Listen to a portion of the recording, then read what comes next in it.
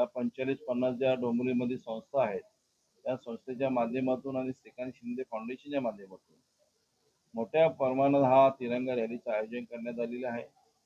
या तिरंगा रॅलीच्या तिरंगा रॅलीचा एकच उद्देश आहे की आपल्याला अनेक प्रकारचे संदेश या माध्यमातून द्यायचं आहे.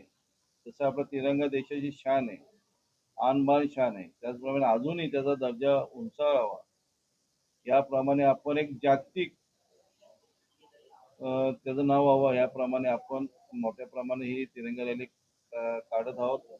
त्याच्यात अनेक शाळा भाग घेणार आहेत, कॉलेजेस भाग घेणार आहेत आणि मोठ्या प्रमाणात ती रॅली आपण काढणार आहोत. साठी आपण सर्वजण डोंबिवलीकर मिळून प्रयत्न करणार आहोत आणि त्याच्यासाठी आमच्या संपूर्ण बैठका चालू आहेत. परवा दिवशी एक बैठक झाली, काल एक बैठक झाली. कारण आपल्याकडे दिवस कमी असल्यामुळे आपण आज तातडीची जी आज पत्रकार परिषद घेतली की एक लोकांपर्यंत संदेश गेला पाहिजे की बाबा डोंबिवलीमध्ये आपण एक तिरंगा रॅली मोठ्या प्रमाणात काढतोय आणि त्यामुळे आज आपण पै सरांच्या अध्यक्षतेखाली आपण घेतलेली आहे.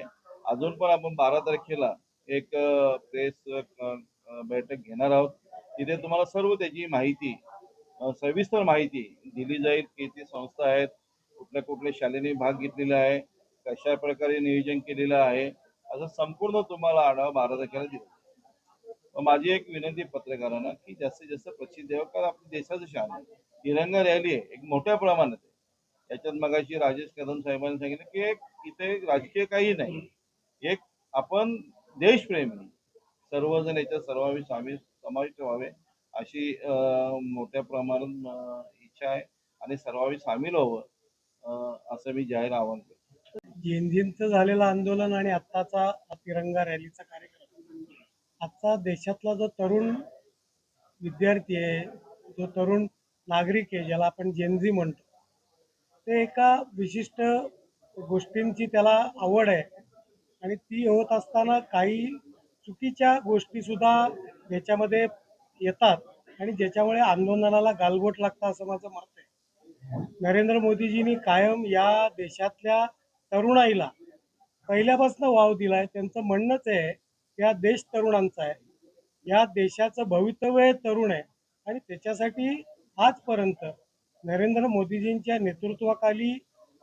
ज्या एनडीएचं सरकार आहे त्यांनी तरुणांसाठी जेवढ्या गोष्टी गेल्या 14 वर्षात केल्या तेवढ्या आजपर्यंत कधी झालेल्या नाहीत आणि म्हणून या ज्या तिरंगा रॅलीचं आयोजन केलंय.